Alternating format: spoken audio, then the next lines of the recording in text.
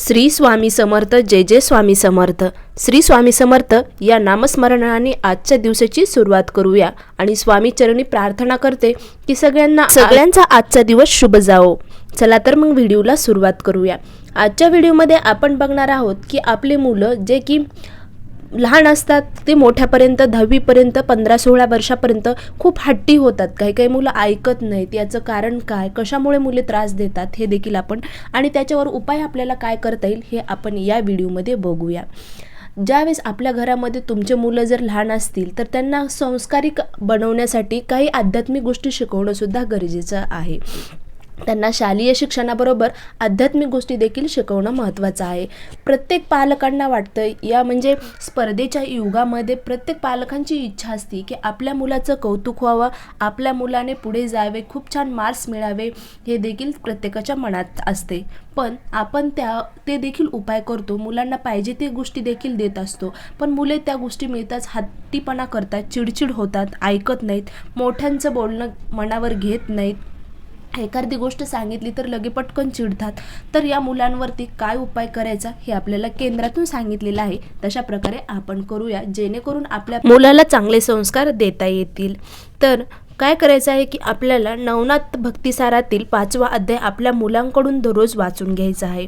तर तो वाचत असताना आपल्याला संध्याकाळी 7च्या नंतर वाचून घ्यायचा आहे मुलाकडून. अतिशय सोपी सेवा आहे.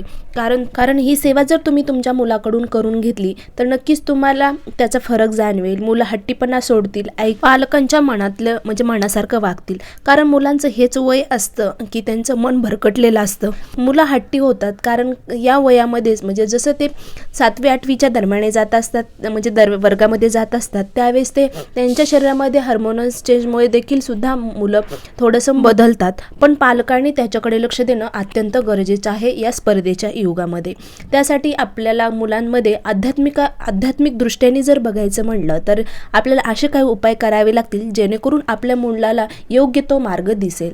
त्यासाठी तुम्ही नवनाथ या ग्रंथाचा नवनाथ भक्तिसारातील 5वा अध्याय नक्की मुलाकडून वाचून घ्या आणि नक्की त्याचा तुमच्या मुलावर फायदा होईल आणि तुमचा देखील फायदा होईल. दुसरी गोष्ट म्हणजे मुलं हट्टीपणा का करतात तर काही म्हणजे आपल्या घरातला दोष सुद्धा असू शकतो. म्हणजे पितृदोषामुळे सुद्धा मुली हट्टपणा करू शकतो. त्यासाठी आपल्याला लवकरात लवकर पितृदोष दूर करावा लागतो. तरच आपले मुलं पुढे जातात किंवा त्यांचा हट्टीपणा सुधारतो. बऱ्याच गोष्टी असतात जेणेकरून मुलं हट्टी बनतात. त्याला एक मुख्य कारण म्हणजेच पितृदोष देखील असू शकतो. तर या प्रकारे आजचा व्हिडिओ आवडला असेल तर नक्की लाईक करा, शेअर करा आणि सबस्क्राईब करायला मात्र विसरू नका आणि कमेंट करून नक्की सांगा आजचा व्हिडिओ माझा कसा वाटला तुम्हाला. श्री स्वामी समर्थ. जय जय स्वामी समर्थ. अवधूत चिंतन. श्री गुरुदेव दत्त.